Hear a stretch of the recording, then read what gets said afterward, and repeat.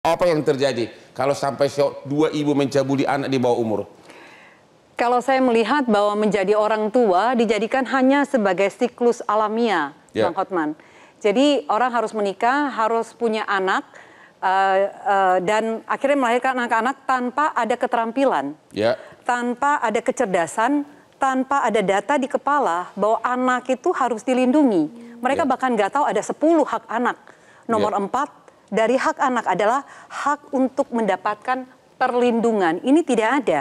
Jadi kalau data di kepala tidak ada, kecerdasan ini tidak ada, edukasi ini tidak ada, lebih kepada siklus alamiah, anak-anak yang dilahirkan, setuju dengan Mbak Devi, dianggap sebagai hak milik. Saya bisa memperlakukan semena-mena, sekehendak hati saya, termasuk kalau saya ada kebutuhan dengan uang, dan ada penawaran dari luar 15 juta untuk satu video, saya tidak melihat karena saya tidak punya kecerdasan tentang masa depan. Apa konsekuensi dari apa yang saya lakukan sekarang terhadap anak ini, rekam digital, rekam jejak dia di masa mendatang. Itu tidak dipikirkan, Bang. Tapi menurut Ibu untuk alam Indonesia, faktor kemiskinan salah satu faktor menonjol.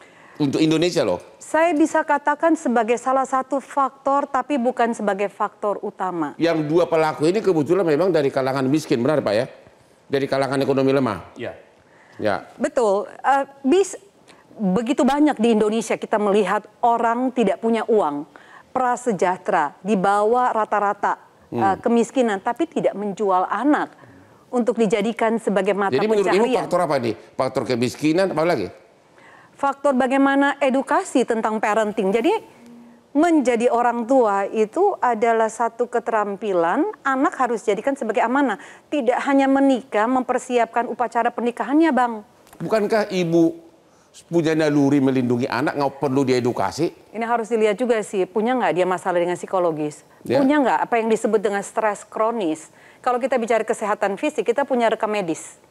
Kita punya catatan di dalam rumah sakit kan, rekam medisnya Bang Hotman misalnya, tahu pernah kena kolesterol misalnya, pernah trigliserida, itu nggak boleh ya. Nah ini kita punya semua, tapi rekam jejak dengan kesehatan mental kita nggak punya. Dan akhirnya stres kronis, putus asa, cemas, panik, kebutuhan semakin tinggi, dan yang dia lihat ini yang saya harus lakukan, menjual anak 15 juta ya.